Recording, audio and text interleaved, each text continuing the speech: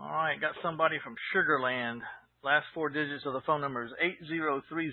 Who am I talking to? Hey, Mitch. This is Patrick from Houston. How you doing? Hey, Patrick. How you doing? Hey, I'm all right. I just want to start with a good note.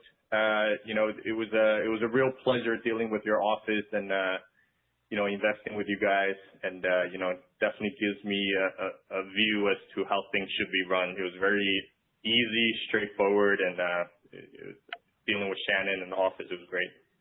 Okay, just so people on the line know, Patrick, while he's in the investing game himself, had some residual money he wanted to loan out, so he loaned us some money, and I guess you got to see how all the paperwork goes, and that would be a good eye-opener as to how you should maybe style your paperwork and everything. You know what I mean?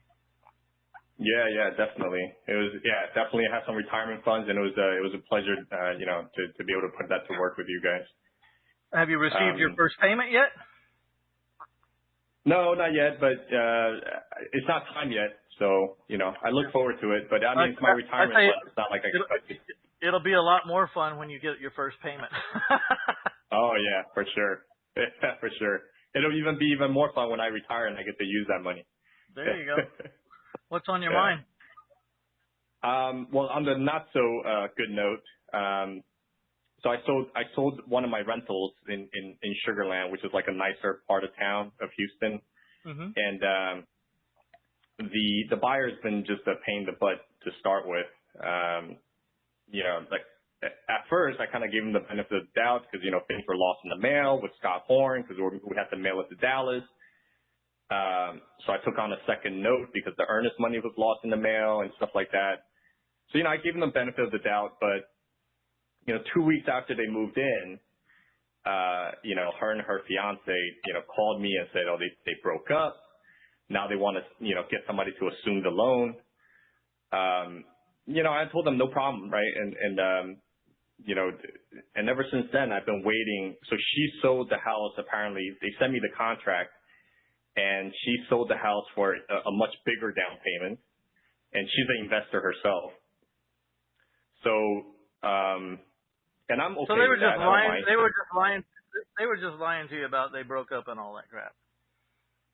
Yeah. So I don't know. That's what Scott thought as well, because I'm using Scott Horn on this one. It just jumps. I could be wrong, and maybe I am, but I'm probably not. I mean, they never intended to. They're doing exactly what they intended to do. I just would have said, right. Oh, no problem. It's assumable with qualifying with me. I need to know who's going in there, and I need to know that there's a real transfer of real money. I know it's not my money, it's your money, but I need to know that it really happened because I'm not letting anybody in this house that doesn't have a vested interest. So I'm going to assume that they really did get a bigger down payment, and that's what they're doing. But I wonder if they put that person in the house under Dodd-Frank regulations, or if they just. Well, yeah. So this is where I need to get into weeds a little bit and get your opinion. So we're using Scott again. Mm-hmm. So I've said, Scott advised, let's just feed it back to me, and then I'll face I'll face the new buyers, put them through RMLO, do the whole thing, right, all over again, make it cleaner. Mm-hmm. And basically just pay her an assignment fee. And so I'm going with that. But, before that, I've asked her for a bunch of documentation, and I like your thought on how you guys would do it. Just because we don't do it. If someone says they're going to send me something, I tell them, you must send it certified, registered mail. So I sign for it. Because I don't want to hear it got lost in the mail. It has to have the tracking number. If you're going to mail a down payment in, if you're going to do whatever, you have to do it my way, and you have to do it certified, registered with a receipt, so I can track it, and so we know, because I've had all this happen to me before too. If someone's sending documents or they need to send their paycheck stubs, I mean, you send it certified, registered. So I'm not playing this game anymore where, well, I sent it, but it, bullshit. Yeah. So it's been super painful, but in this case, we are getting it all via email. So it's not. So I'm getting all the documents from her, but. So at first, the new buyers, she's saying they're married, and then I find out when I ask for tax returns, the wife has one tax return, and the husband, she just, until now, it's been a month, and she still hasn't provided it. And then when I pushed her some more and said, why would they file separately? Then it turns out they're not legally married. When I asked for the husband's tax return, I still haven't gotten it. Instead, I got 6 months worth of bank statements showing lots of cash coming in. And I think I heard you talk about the Panda thing, right? So I think that they tend to pool money together as down payment. Mm-hmm. So what would you do at this point? Honda. Oh, Conda. Okay, yeah. Honda, yeah. Yeah. So what? Like before I send them to the RMLO and kind of do all that dance, like what would you do to kind of make sure that this passed the sniff test, like the Mitch Stephen sniff test?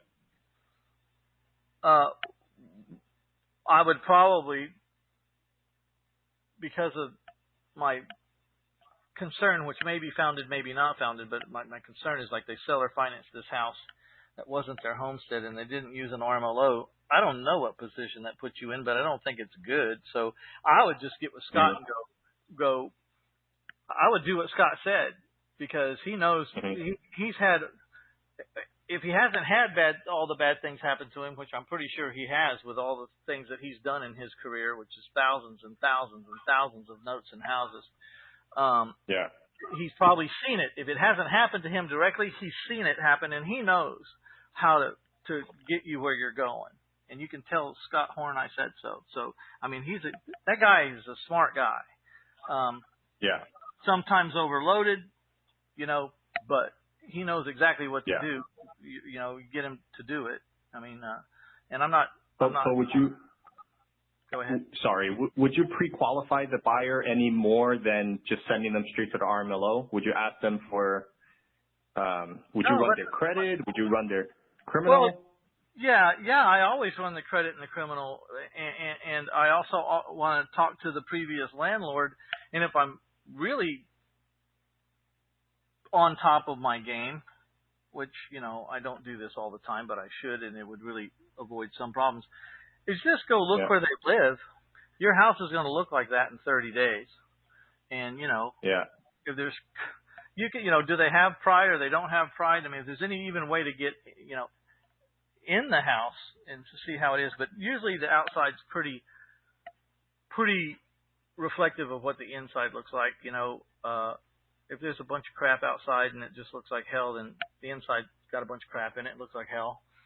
And if it's really nice manicured and the flowers have been watered and everything's nice, and then the inside of the house is going to look like that. So, but what I'm looking for in the credit report is we already know they're going to have bad credit, right? I mean, pretty much 9 times out of 10, right? Or 99 times out of 100. So what I'm looking for is what caused the bad credit. And is the debacle over? Because if you sell a house to someone who's in a debacle that has got them to a 430 credit score, then you're just going to be the next person they don't pay. But if you see they have a 430 credit score, but you see where the last 8 months or 10 months they've been dead on, you start to ask them, that story I've told a lot of times, lady with 4 kids was going along great. Then there's this 2 years where everything went to hell on her credit report. And then there's a year where she's back, and you ask her what happened, and she says, I married a truck driver. I was a stay-at-home mom with 4 kids, and he got killed in a trucking accident. And I said, okay, so what changed? He said, well, I married a man that makes 4 times more than a truck driver. And I said, okay, well, problem solved. And so, she had a 430 credit score, but I was looking beyond. I'm not a machine. I got a real brain, and I can reason. And I reasoned that she was going to be fine. Right. Okay. So I mean, with this buyer, I just sent her straight to the RMLO, but now that she's raised all these red flags with her new buyer, I think I will do more pre-screening like I would with my other tenants. Run their credit like you suggested and meet them, and maybe. So Scott suggested I meet them at the house. So number 1, make sure my collateral is still in good shape, and number 2, meet them in person, shake their hands, and look them in the eye, right? And so so I think I will do all of that and what you suggested. Yeah, and ask at least 10 questions that have nothing to do about the deal. Look around the house, whatever. Look at the kids. If you see they have soccer uniforms on, hey, so they play soccer. How long have they been playing soccer? They play for the church league. Just get them talking. People will tell you the damnedest things. Right. Yeah.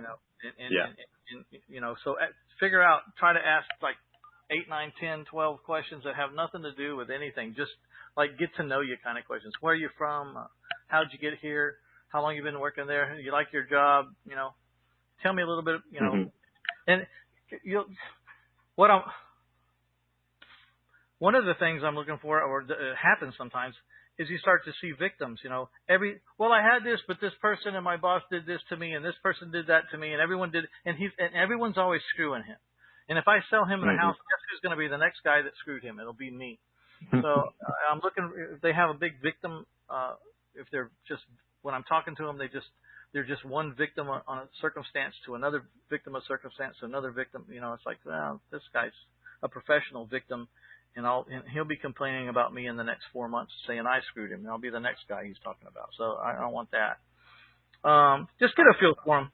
We want people that, I also look for stability. I mean, this guy have his job for 10 years, or has he had a job every other year, or every year? Right. I'm looking for stability. They've been married for 1 week, or they've been married for 15 years. I really don't like boyfriend and girlfriend live-in stuff unless they've been living together for like 10 years, because if it's just they've been together for a year and now they want to move in with each other, there ain't enough proving ground, It's because it takes both of their paychecks to make the payment. As soon as one of them leaves, there's going to be a problem. Yeah, that's kind of what's happening here. I mean, I actually believe them because now I have the fiance calling me and telling me that she's the devil and she's lying and to be careful. And so, I don't want to get mixed up in all this drama. Yeah, it's a slippery slope. And then you also have to be on guard if you're talking to landlords. If they're real problems, the landlord will give you a glowing report because they want them out of the apartment complex and into your house. So right. You got to be worried about that too. So a lot of times when you go by and look at the outside of the house, or if you can get on the inside where they live, you can tell a lot. Yeah, got it. Yes, and look in their car, I think, is another tip that I got. Right? That was the next thing I was going to say, but just because a person drives an old car doesn't mean they're not worthy. But if they got 20 years worth of mail on the front dash, yeah, it's going to work. Yep.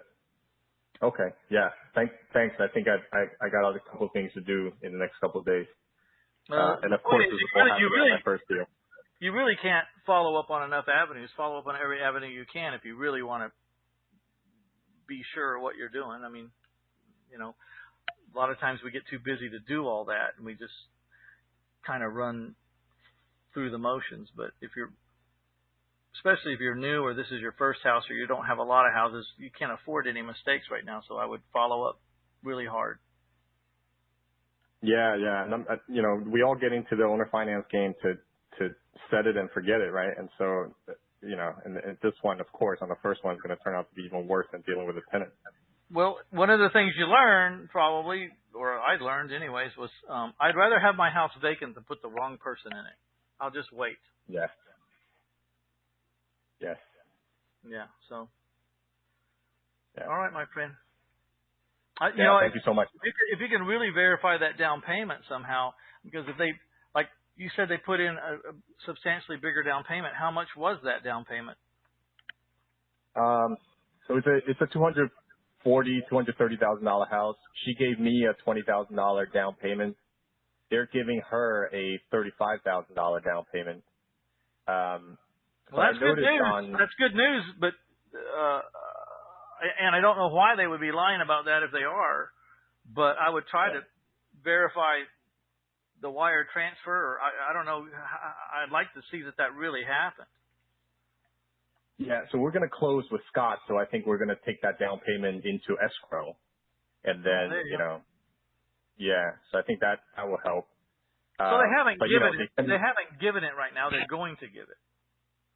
Right. Well, you might have a better buyer than the one that you had. I mean, the way it's looking. Okay. All right. That's good. I just want to make sure I'm not missing anything. I mean, Scott's telling me. Ask Scott if there have to be any disclaimers if the house was sold over the market.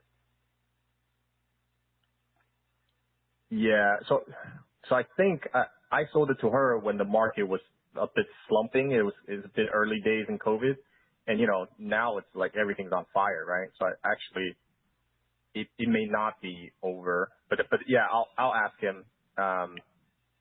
Yeah, you see what I'm saying? Because if you sold it at market Yeah. and then they sold it for $15,000 over market, there might need to be some disclaimers about the representation of the value of the house is not based on current market analysis or something. Scott knows what to put there. Right. Yeah, if he doesn't appraise later on, and yeah, they don't come back to haunt me. Right? Yeah.